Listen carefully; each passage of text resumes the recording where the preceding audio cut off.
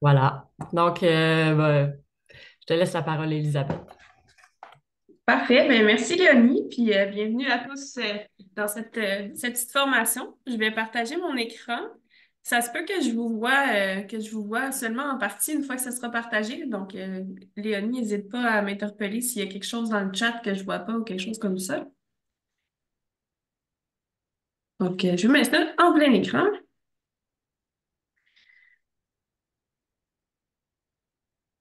Donc, la loi 25, comme, comme Léonie l'a dit, ça fait un petit peu peur, la loi 25.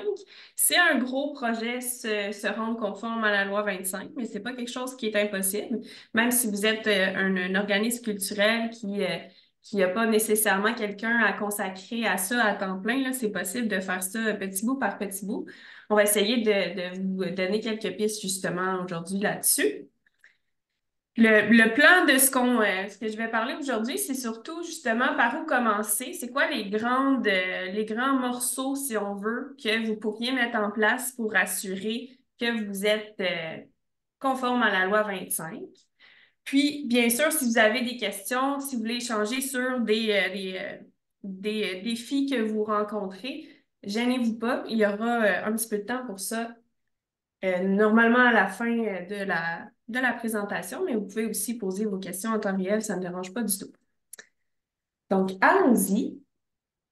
Puis, on est Synapsé, en fait, Léonie a mentionné que je travaille chez Synapsé. On est des gens qui travaillent beaucoup avec les données. Donc, on a des projets en gouvernance des données, on a des projets en analyse de données, on fait de la formation, du transfert de connaissances. Donc, là, notre expertise, puis c'est ça qui me mène un peu à mon petit disclaimer plate. Je ne suis pas avocate. Donc, je suis personnellement spécialiste en gouvernance des données. Donc, j'ai une formation d'archiviste et je me suis beaucoup intéressée sur tout ce qui est loi 25 dans la dernière année. Mais ce n'est pas un avis légal ou des conseils légaux que je vous donne aujourd'hui.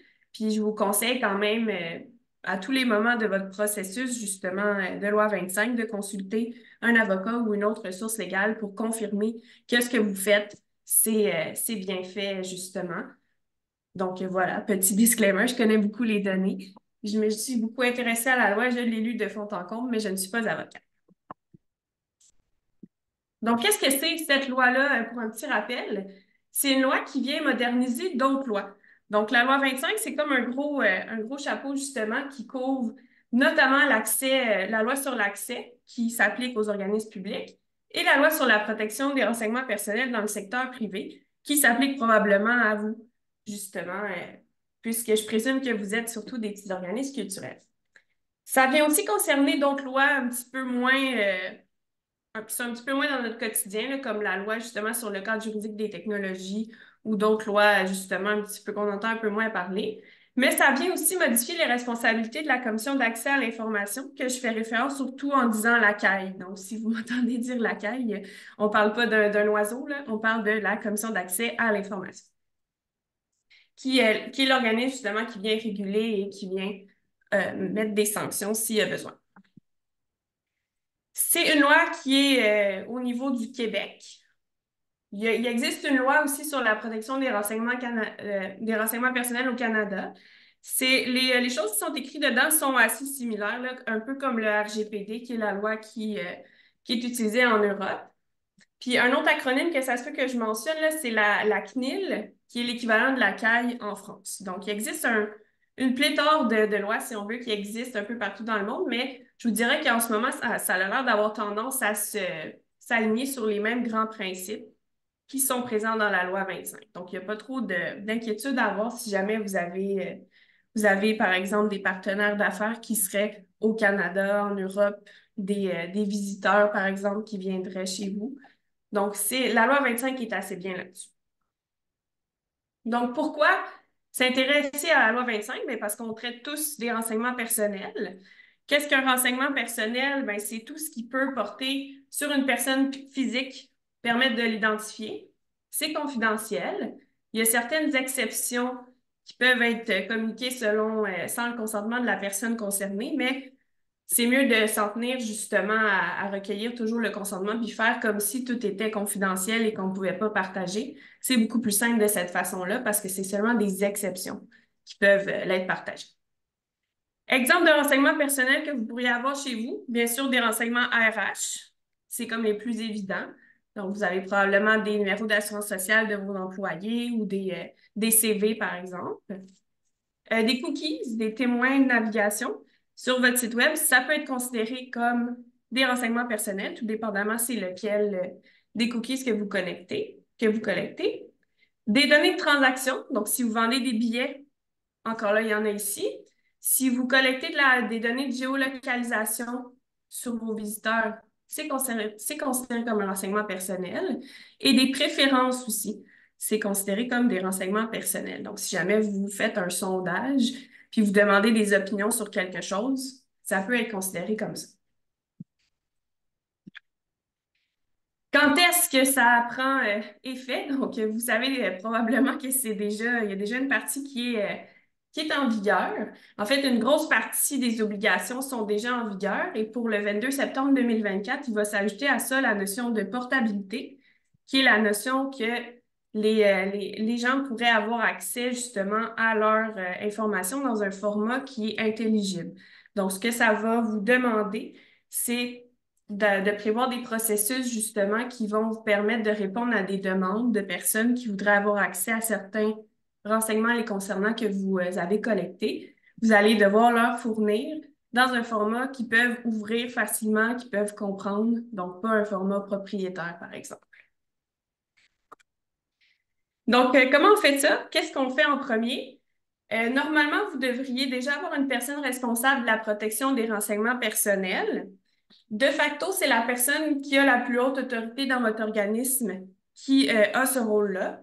C'est possible de le déléguer, même que ça peut être une bonne chose de le déléguer si, par exemple, votre personne qui a la plus haute autorité est trop occupée pour s'occuper de ces questions-là. Ou, par exemple, si cette personne-là est peut-être pas la personne la plus techno dans votre équipe, donc c'est possible de déléguer ça. Bien sûr, il faut s'assurer que cette personne-là comprend bien quel est son rôle et comment l'appliquer. Puis, il faut afficher la façon de contacter cette personne-là sur votre site web. C'est pas nécessairement obligatoire de mettre son nom, donc de dire vraiment c'est c'est Janine, notre adjointe administrative, notre personne sur votre site web. Vous pourriez juste écrire, si vous voulez contacter cette personne-là, vous veuillez écrire à vieprivé@votorganisme.com. Donc, ça peut être une adresse courriel comme ça qui est plus générique. C'est quelque chose qu'on voit souvent aussi un petit peu partout, là, si vous vous promenez sur les politiques de confidentialité d'autres organismes, souvent c'est ça qui est fait. L'important, c'est que ce soit affiché, que ce soit clair, puis que les personnes puissent justement vous contacter s'ils ont des demandes. Ensuite, donc une fois que ça c'est fait, c'est important de bien savoir ce que vous avez comme données. Donc, de gérer et organiser vos données. Ce qu'on recommande, nous, c'est de commencer par faire un inventaire. Donc, de savoir c'est quoi les données que vous avez chez vous, savoir où elles sont, savoir justement comment vous les protégez, savoir si vous êtes en mesure de répondre à toutes les demandes des gens qui pourraient vouloir avoir accès à leurs renseignements. Donc, c'est une occasion, si on veut, de se poser des questions sur vos processus. Puis, c'est un bon point de départ pour écrire vos politiques après. Puisqu'une fois que vous avez votre inventaire, vous avez une vue d'ensemble, puis vous pouvez remplir les sections justement dans vos politiques assez facilement. C'est aussi une bonne occasion de vous permettre d'identifier c'est quoi les risques puis les faiblesses que vous avez dans votre gestion des données, puis de les corriger justement avec des politiques, avec des processus de destruction, etc. Ça sonne un petit peu difficile, mais ça n'a pas besoin d'être si compliqué que ça. Je vous donne un exemple ici qui a été fait dans Excel, là. Donc, ça n'a pas besoin d'être quelque chose de super, super techno. Vous pouvez partir seulement d'un fichier comme ça, faire la liste de vos systèmes, de vos logiciels que vous utilisez, puis à l'intérieur de chacun de ces logiciels-là, identifier vraiment quelles sont les données que vous collectez, qui a accès, quelles sont les modalités d'accès. Donc, c'est quelque chose qui prend un peu de temps, mais qui n'est pas particulièrement sorcier à faire. Une fois que vous avez une bonne vue d'ensemble de tout ce que vous avez, ben là, ça devient plus simple après ça d'organiser vos processus. Donc, qu'est-ce qu'on veut dire par processus? Donc, on peut parler ici de registre des incidents de confidentialité. Donc, ça, c'est quelque chose qui est demandé par la CAI. De réaliser une évaluation des facteurs relatifs à la vie privée si vous partez à un grand projet ou si vous avez un projet spécifique à la collecte de données. Donc, ça peut être quelque chose qui vous est demandé. Vous pouvez aussi formaliser vos processus de traitement des demandes. Donc, si jamais quelqu'un veut faire rectifier, faire désindexer, avoir accès à ces renseignements personnels chez vous, de savoir un peu par quel chemin ils vont passer. Donc, une fois que le courriel va rentrer dans votre adresse vie privée, qui va traiter cette demande, comment on va lui répondre. Ça peut être quelque chose que vous pourriez formaliser. Même chose pour les plaintes. Puis vos processus aussi de destruction ou d'anonymisation, ça aussi, ça peut être quelque chose sur lequel c'est intéressant de se questionner parce que justement, on ne peut pas conserver les données à ad vitam aeternam avec la loi 25. Donc, une fois que la fin pour laquelle elles ont été collectées est accomplie, il faut soit les détruire, soit les anonymiser. Donc, ça peut être important de se questionner là-dessus. L'anonymisation, en fait, ça, c'est un terme qui peut être un peu difficile à saisir. Donc, qu'est-ce qu'on veut dire par anonymisation? C'est vraiment de faire en sorte que les données ne puissent plus identifier les personnes qu'ils concernent. Donc, vraiment de s'assurer que c'est pas possible d'identifier la personne, même si on fait un croisement de données. Donc, même si on regarde vraiment la ligne dans le fichier Excel où il y aurait des données personnelles, puis qu'on essaie de deviner, qu'on ne soit pas capable de deviner qui ça concerne.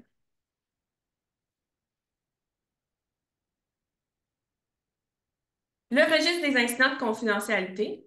Donc, petite suggestion de ce qu'il pourrait contenir. Ça non plus, c'est pas très sorcier, puis ça peut être simplement un fichier Excel.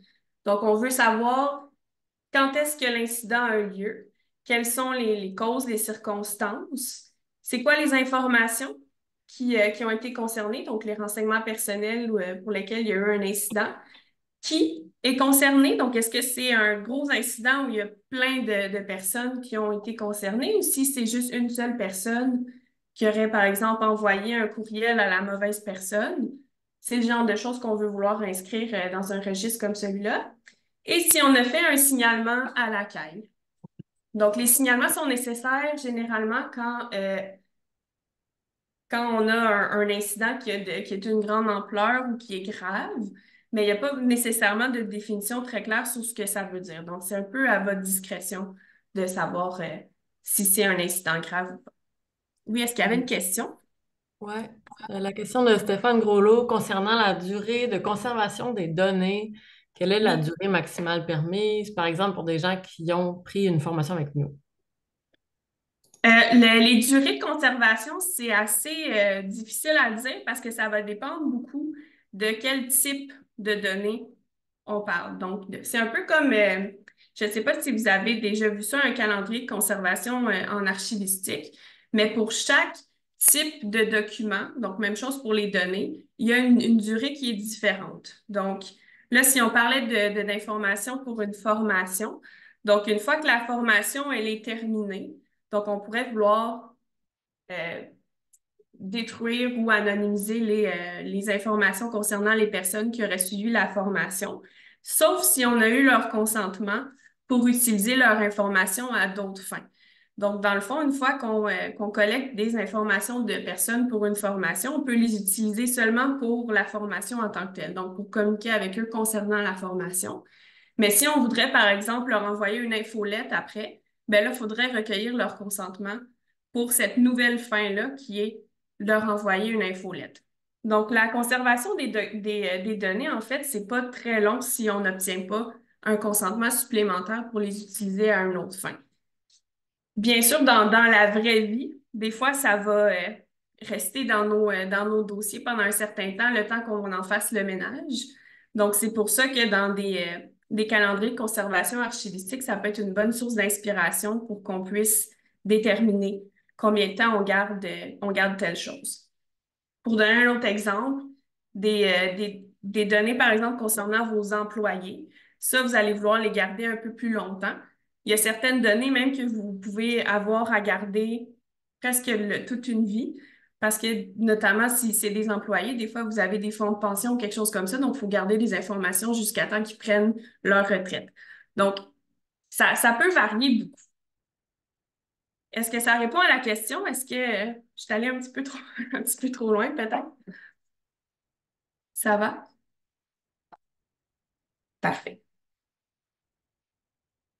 Donc, évaluation des facteurs relatifs à la vie privée. Donc, EFVP, ça, c'est un autre long, long concept qui a été un peu inventé par la loi 25.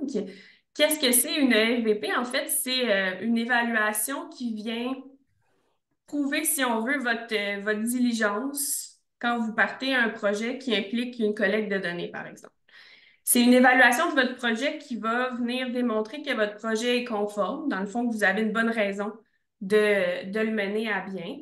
Puis, ça va venir évaluer aussi c'est quoi les risques qui sont liés à votre projet, puis qu'est-ce que vous mettez en place pour réduire ces risques-là.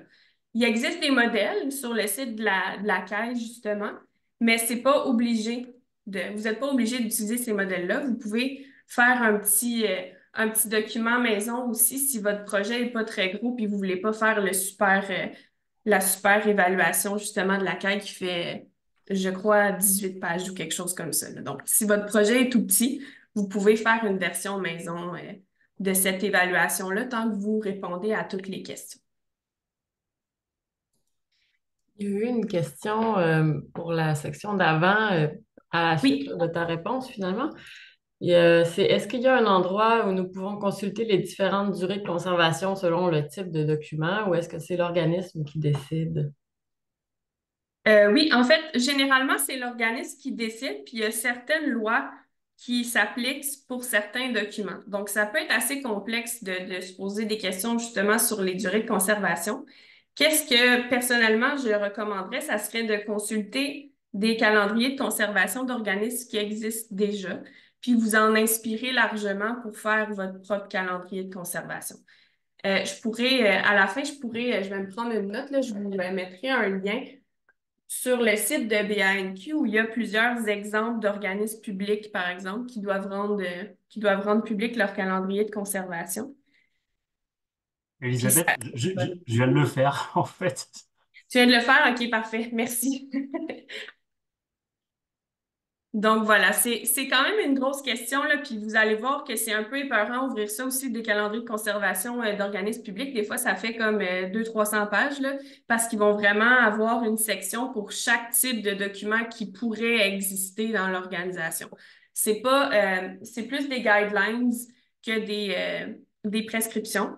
Il y a certaines choses qui sont présentes dans les lois, mais la plupart du temps, c'est surtout une question de se poser combien de temps on en a besoin et combien de temps c'est justifié de garder ces informations-là.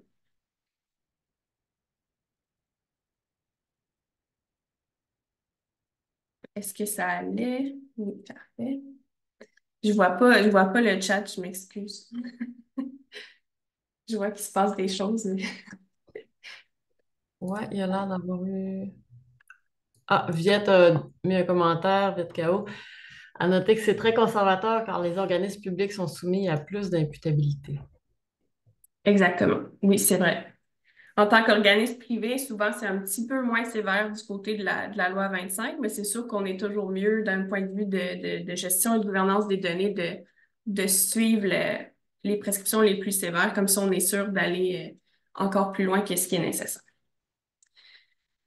Donc, pour en revenir à l'évaluation des facteurs relatifs à la vie privée, donc, quand est-ce qu'on doit faire cette évaluation-là? Donc, selon les définitions qui sont présentes dans les documents concernant la loi 25, c'est pour tout projet d'acquisition, de développement et de refonte de systèmes d'information ou de prestations électroniques de services. Donc, qu'est-ce que ça veut dire, ça? Bien, dans le fond, si vous partez un projet justement qui implique la collecte, l'utilisation, la communication, la conservation ou la destruction de renseignements personnels, ça vous prend une EFVP. Ça touche dans le fond beaucoup de projets. Puis il faudrait techniquement en faire une très, très souvent. Mais ça n'a pas toujours besoin, justement, comme je l'ai expliqué, d'être très, très long et formel. Si c'est un tout petit projet, vous pouvez faire une FVP un petit peu plus limitée. Puis si c'est un très gros projet, ben là, ça vaut la peine de plus se pencher là-dessus. Deuxième cas de figure, c'est si vous voulez communiquer des renseignements personnels sans le consentement des personnes concernées. Donc, c'est pas toujours possible de faire ça, justement, de communiquer des renseignements personnels sans le consentement, même qu'il y a peu de moments où c'est possible. Donc, ça, c'est quelque chose qui arrive pas très souvent. Sinon, avant de communiquer un renseignement personnel à l'extérieur du Québec, là aussi, ça en prendrait une évaluation des facteurs relatifs, justement pour justifier que l'endroit où les renseignements vont se diriger a des pratiques similaires à celles du Québec côté loi sur la protection des renseignements personnels pour que ce soit justifié justement d'extérioriser des données. Donc, c'est un gros morceau, les processus. Les politiques aussi, ça peut être un autre gros morceau dans votre parcours. Qu'est-ce qu'il faudrait faire du côté des politiques? Ben, ça serait peut-être de mettre à jour sa politique de confidentialité. Ça, c'est quelque chose justement que je pense que tout le monde est un peu là-dedans en ce moment ou vient de terminer, là. Donc, on le voit beaucoup auprès de nos clients, de nos partenaires. Tout le monde se pose pas mal des questions parce qu'il n'existe pas encore de modèle de politique de confidentialité qui fait l'unanimité. Mais c'est quelque chose qui se développe justement avec le milieu. À force d'avoir des gens qui se posent des questions, ben, il va finir par avoir des modèles qu'on va pouvoir s'inspirer. Puis ça va être plus simple ensuite de l'adapter à nos propres situations. Consigner nos processus dans une des politiques de gouvernance des données. Donc, la politique de gouvernance des données, c'est une politique qui est un petit peu plus large que la politique de confidentialité, qui ne concerne pas nécessairement juste notre site web, comme la politique de confidentialité le fait souvent, mais qui vient guider un peu nos pratiques en général pour ce qui est de la gouvernance des données puis de la gestion des renseignements personnels. Se doter de règles de conservation et de destruction des renseignements personnels. Donc là, on en revient un peu à notre bête noire, justement, de calendrier de conservation, qui est quand même un gros morceau aussi. Qu'est-ce qu'il y a dans une bonne politique? Ben, on va avoir des rôles et des responsabilités, donc à savoir qui s'occupe de quoi et qui est responsable de quoi. C'est quoi les façons de porter plainte? Quelles est les voies à suivre justement pour les personnes s'ils veulent vous faire des demandes? Et quelles sont les règles qui s'appliquent aux renseignements personnels que vous mettez en place? Donc ici, la politique de confidentialité puis des politiques de gouvernance des données peuvent se parler beaucoup justement, puis peut-être même des fois être un peu la même politique pour pouvoir couvrir le tout. C'est intéressant aussi de faire des liens dans nos politiques avec d'autres documents qui pourraient être connexes. Si, par exemple, vous avez une politique de confidentialité sur votre site web, mais que vous avez aussi des conditions d'utilisation parce que vous avez une plateforme sur laquelle les gens s'inscrivent. Donc, de faire des liens entre ces politiques-là, ça peut être bien. Si vous avez une politique de cookies en plus, ben là encore là, on a un autre lien à faire ici pour être sûr que tout fonctionne bien ensemble. Donc, prochaine étape, faire preuve de transparence. Donc, ça, c'est un peu en partie dans vos politiques, justement.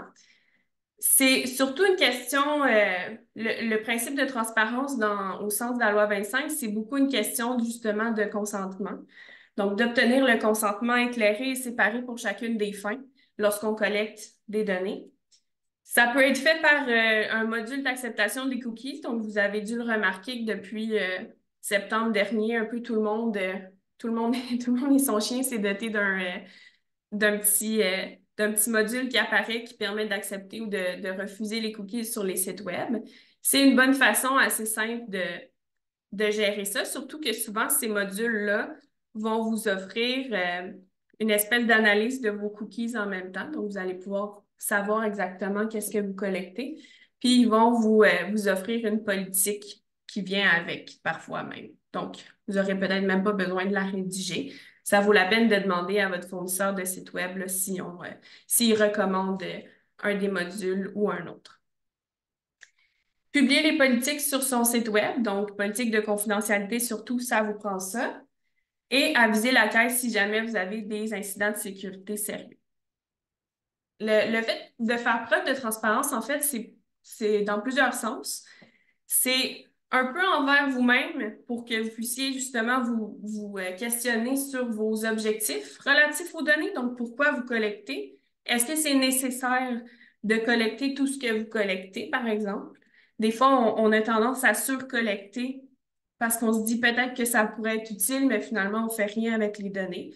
Donc, on se ramasse avec des données qu'on doit gérer, mais qu'on n'a pas vraiment besoin.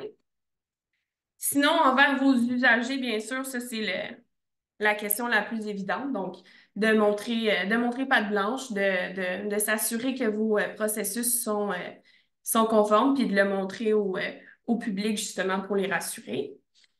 Puis, finalement, envers la CAI, si jamais vous avez un incident, de leur faire part de cet incident.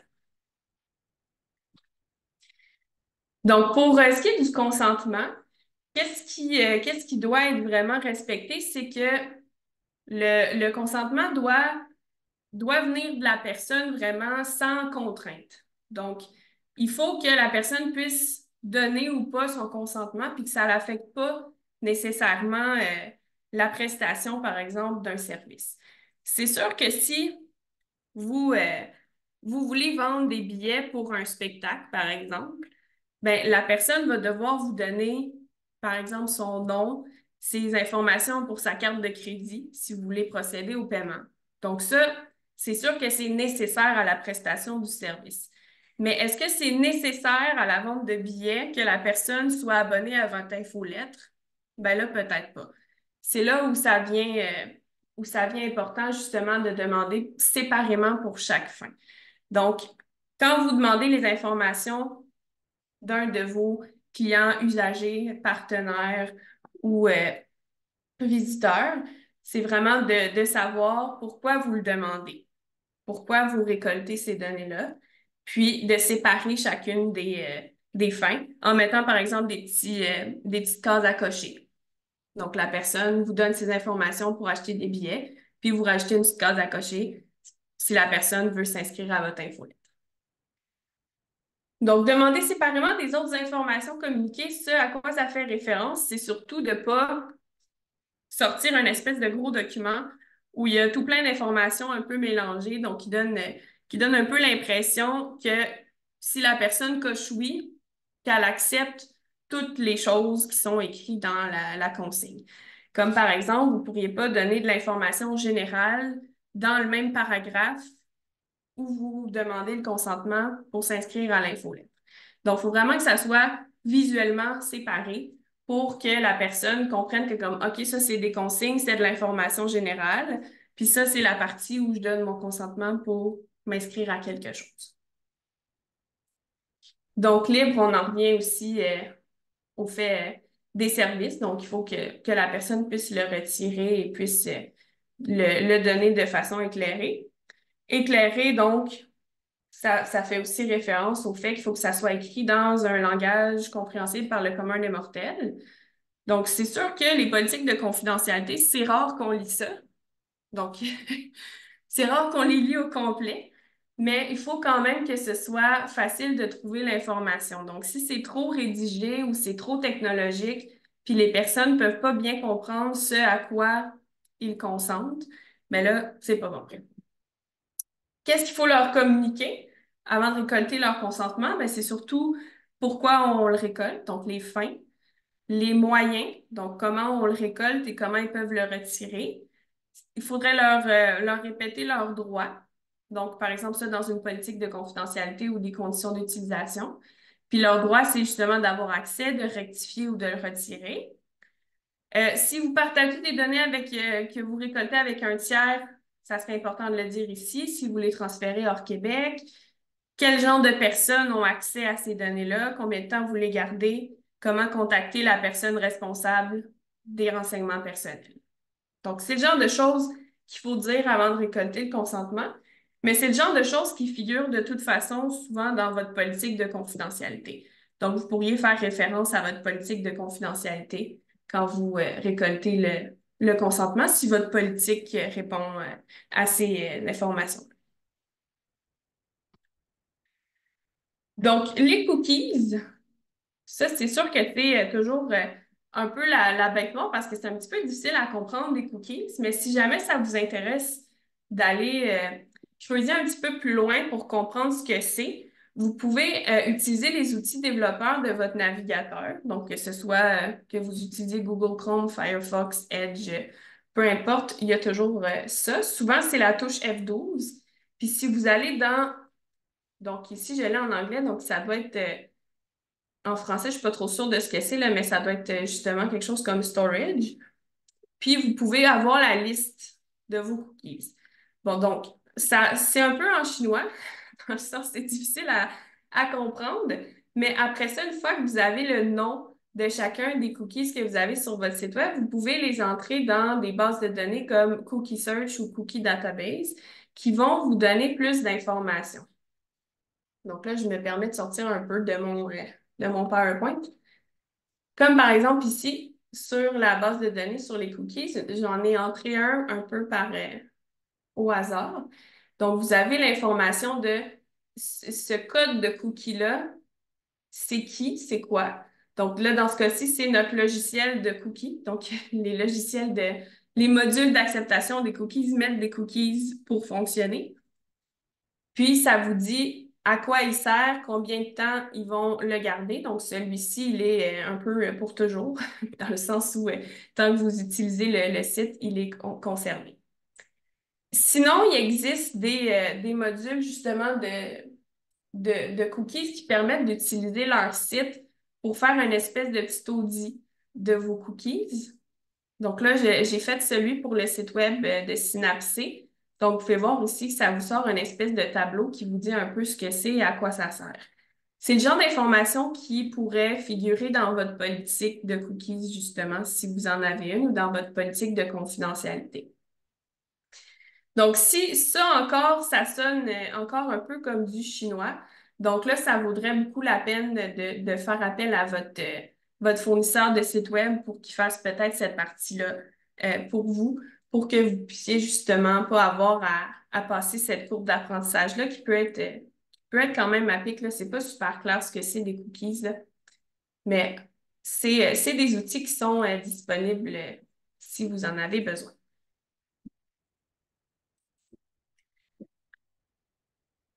Donc, une fois que vous avez mis en place toutes ces choses-là, le plus difficile, je dirais, c'est surtout de les entretenir. Donc, si vous avez 18 politiques différentes, c'est sûr que ça va être plus difficile à entretenir parce qu'il va falloir entretenir les 18. Donc, c'est mieux de s'en tenir au moins d'outils possibles si on veut, puis de pouvoir ensuite bien s'en occuper. C'est sûr que les essentiels, là, donc là, on parle beaucoup de politique de confidentialité, registre des incidents, puis inventaire des données, là. Donc ça, je dirais que c'est un peu la sainte trinité des outils loi 25 qu'il faudrait entretenir au moins annuellement. C'est sûr que moi, je recommande un espèce de petit audit annuel de tous vos outils. Si vous pouvez le faire plus souvent, ben, c'est encore mieux. Mais c'est peut-être plus réaliste de se dire qu'une fois par année, à tel moment de l'année, on n'est pas trop dans le jus. On se penche un peu là-dessus, puis on s'assure que notre politique de confidentialité est toujours à jour, que notre inventaire de données est toujours à jour. Si, par exemple, vous êtes doté d'un nouveau logiciel, que ça a été intégré dans votre inventaire de données. Ce genre de questions-là. Puis, chaque nouvelle aussi utilisation des données doit être reflétée dans ces outils-là. Donc, si jamais vous partez un nouveau projet, un nouveau sondage, c'est le genre de choses qui peut valoir un petit tour de roue. C'est sûr aussi que si vous collectez le moins possible, ben, c'est encore plus facile à gérer. Donc, petit topo ici sur comment ne pas collecter. Donc, si vous collectez vraiment trop de données, plus que ce que vous utilisez, que vous n'utilisez pas systématiquement chacune de ces données-là, qui sont compilées un petit peu au hasard. Donc, là, on vient avec un problème, puis ça devient plus difficile à entretenir. Les mauvaises pratiques de gestion, une fois les données collectées, ça pourrait être, par exemple, de conserver les données très longtemps, de ne pas avoir une façon de gérer les accès, puis de garder des données, par exemple, qui ne sont pas organisées. C'est le genre de choses qui sont à éviter. Quoi faire pour bien collecter justement et s'assurer d'avoir le moins de données possible à gérer? C'est vraiment de se demander pourquoi on collecte, donc chacune des fins. Puis, quelle est notre stratégie avec ces données-là? Donc, qu'est-ce qu'on va faire avec ces données-là pour ne pas les utiliser à des fins qui seraient autres que celles pour laquelle on aurait collecté? Puis, d'identifier justement c'est quoi votre minimum nécessaire pour bien faire vos activités. Donc, je me permets une petite blague ici, là. Vous voyez que, justement, c'est pas toujours nécessaire de collecter toute l'information sur une personne quand on veut simplement lui faire lui donner un service ou lui envoyer, encore là, la traditionnelle infolette. Donc, c'est intéressant pour avoir des statistiques. Donc, ça, c'est justifié de collecter un petit peu plus d'informations pour faire des statistiques, mais on n'a pas toujours besoin d'avoir toutes les informations. Je vous laisse quelques petits liens. Donc, notamment, on a produit un guide chez Synaptic qui détaille un petit peu plus ces étapes-là. Donc, qui est formulé un peu sur la même façon, le même plan sur lequel j'ai procédé. Si jamais ça vous intéressait, c'est un guide qui est gratuit. Sinon, il y a beaucoup d'informations sur le site de la CAI ou sur les sites du gouvernement du Québec qui sont classés souvent par thématique. Donc, si jamais vous posez une question juste sur le consentement ou sur la conservation des données, donc c'est des sites qui peuvent être super utiles. Puis si vous vous demandiez aussi comment on peut anonymiser, dépersonnaliser, puis vous n'êtes pas super habile avec tout ce qui est analyse de données ou logiciels comme Excel et tout ça, la CNIL en France a proposé des façons de faire justement sur le site web. Donc, je ne suis pas certaine si le PowerPoint va être disponible, mais sinon, je peux vous les mettre, je peux trouver une façon de les mettre dans le chat. Donc, voilà, ça fait pas mal le tour. Puis, juste pour conclure, en fait, ça fait un petit peu peur, là, dit comme ça. J'ai dit beaucoup d'étapes, beaucoup d'informations. Mais si vous prenez ça un peu une chose à la fois, ça peut être très faisable. Puis, si vous avez besoin d'accompagnement pour ce genre de projet-là, bien, c'est sûr que ça peut être quelque chose qui rentre au moins en partie dans un projet Vivace. Donc, si ça vous intéressait de faire une demande à Vivace. Ça peut être le genre de projet, des projets d'organisation de données qui peuvent bénéficier de ce financement. Donc voilà, je vais arrêter mon partage. Puis si jamais il y avait des questions ou des gens qui voudraient partager des défis qu'ils rencontrent par rapport à la loi 25, ben là, gênez-vous pas, c'est l'heure.